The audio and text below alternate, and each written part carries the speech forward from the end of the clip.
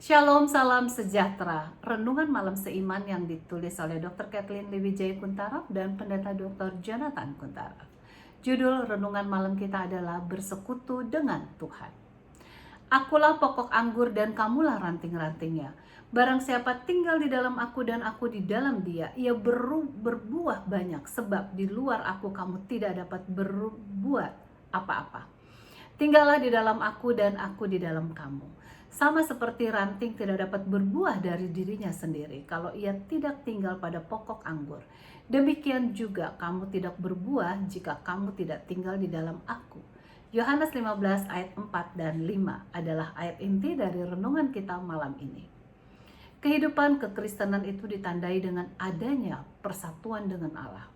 Melalui pengorbanan Yesus yang penuh kuasa, maka Roh Kudus rindu untuk berdiam di dalam diri kita dan menyatakan akan kedekatannya. Tuhan merindukan agar kasih dan kedamaiannya yang sempurna itu menjadi dasar dari semua yang kita lakukan, pikirkan, dan rasakan. Frater Lawrence dalam bukunya The Practice of the Presence of God menulis tentang kehidupan yang dihidupi dalam persekutuan yang terus-menerus dengan Allah, bahwa saya tidak dapat membayangkan bagaimana orang-orang beragama dapat hidup puas tanpa merasakan kehadiran Tuhan dalam kehidupan mereka. Untuk saya, selalu saya jaga diri saya agar dapat bersekutu dengan Tuhan seberapa bisa di kedalaman pusat jiwa saya. Sementara saya bersekutu dengannya, saya tidak takut apapun. Namun bila mana saya berpaling daripadanya, saya tidak dapat merasakan dukungannya. Semakin kita bertumbuh dalam pengetahuan tentang persatuan mendalam antara kita dan Roh Kudus, maka semakin kita menemukan kebutuhan besar kita akan kehadirannya yang nyata dan senantiasa itu. Mungkin Anda berada di tempat di mana Anda tidak merasa benar-benar mengenal Tuhan. Mungkin pula Anda tahu tentang Tuhan tetapi tidak mengenalnya seperti seorang teman. Dalam menjelaskan proses mengenal Tuhan, Saudara Lawrence menuliskan sebagai berikut. Untuk mengenal Tuhan, kita harus sering memikirkan Dia. Dan ketika kita datang untuk mengasihi Dia, maka kita juga akan sering memikirkan Dia. Karena di mana harta kita, disitulah hati kita. Transformasi yang luar biasa terjadi dalam hati kita saat jiwa kita sadar akan perlunya hidup bersatu dengan Tuhan.